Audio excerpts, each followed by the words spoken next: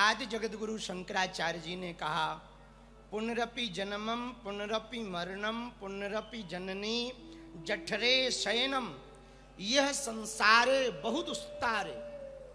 पुनः जन्म लेंगे, पुनः मरेंगे, फिर जन्म लेंगे, फिर मरेंगे, बार बार जन्म लेंगे, बार बार मरेंगे।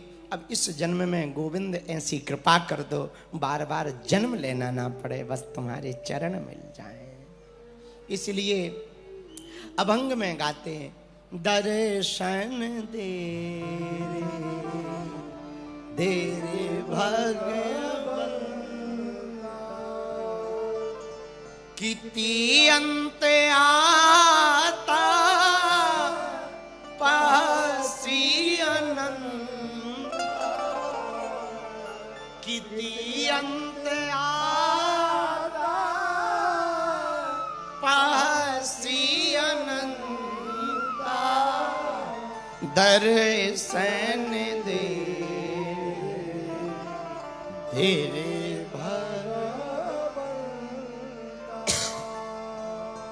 श्री हनुमान जी महाराज लंका में रावण के सामने खड़े अभय होकर। रावण ने कहा, तेल बोर पट बांध पुनि पावक देहु लगाए, पूंछ में कपड़ों को तेल में डुबोकर आग लगाओ। हनुमान जी बोले, भला हुआ, आग लगाने को कहा। अच्छा, वो ये भी कह सकता था, लाए तलवार मंगाए पूंछ दे कटवाए, ये भी कह सकता था। लेकिन क्या कहा, धन्य शारदा माता, जीप पलट गई, कह रहा पावक देहु लगाए। हनुमान जी ने मन ही मन सोचा, भला हुआ, आग लगाने की बात कर रहा। अच्छा, किसी ने कहा कि आग क्यों लगा रहे? बोले पूंछ जलेगी। तो रावण से किसी ने पूछा, पूंछ जलेगी तो क्या होगा? बोले पूंछ हीन बानर तह जई हैं जायही। जब पूंछ हीन बंदर जाएगा, बोले कहां? बोले जहां से आया। तो बोले होगा क्या? बोले जब जली पूंछ लेके जाएगा तो बिना देर किए हुए तब सठ निज नाथई ले आई है, अपने में ना स्वामी को ले आएगा, इसलिए पूंछ में आग लगा।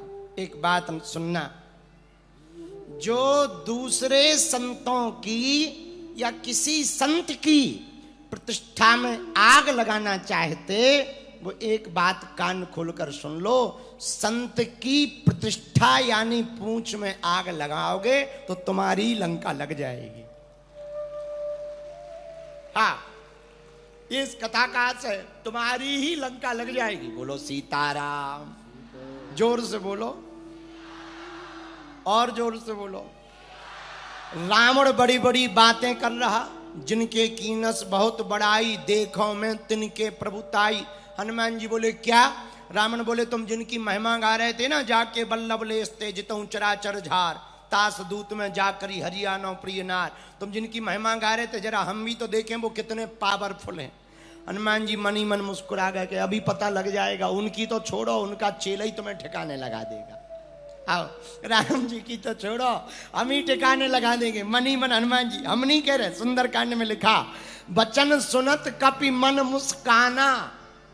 सुंदरकांड, बचन सुनत कपि मन मुस्काना, भई सहाय सारद में जाना। सरस्वती जी सहायता कर रही, रुक जाओ रावण, हमारी पूंछ में आग लगेगी, तुम्हारी मूंछ में आग लगेगी। टेंशन न लो, अभी थोड़ी देर में टेलर देखने को मिलेगा। अब हुआ क्या, जरा सुनो। जातु धान सुनी रावण बचना, लागे रचे मूड़े सोई रचना। जैसे ही रावण ने कहा कि बंदर की पूंछ में आग लगाई जाए, तो जितने राक्षस थे सब अपने घर गए। पत्नियों से बोले, तेल निकालो, कपड़ा लाओ, घी लाओ। तो पत्नियां बोली, घी क्यों मंगा रहे, भंडारा होना है क्या? बोले भंडारा नहीं होना, बंदर की पूंछ में आग लगानी। अच्छा, पत्नियां सीधी साधी, पति के सामने पत्नियों की चलती कहां? तो बेचारियों ने खाने वाला तक घी दे दिया। राक्षसों ने सोचा, तेल में कपड़ा क्यों डुबाएं, घी कम है क्या, घी लगाओ ज्यादा जलेगा। तो घी में कपड़ा को डुबो डुबो कर पूंछ में बांधने लगे। हनुमान जी खड़े खड़े हाथ बांध करके बोले, जिसकी जैसी श्रद्धा हो। लाओ, हम तो श्रद्धा के हैं, जो जिस श्रद्धा से देगा उसी श्रद्धा से फल मिलेगा। लाओ।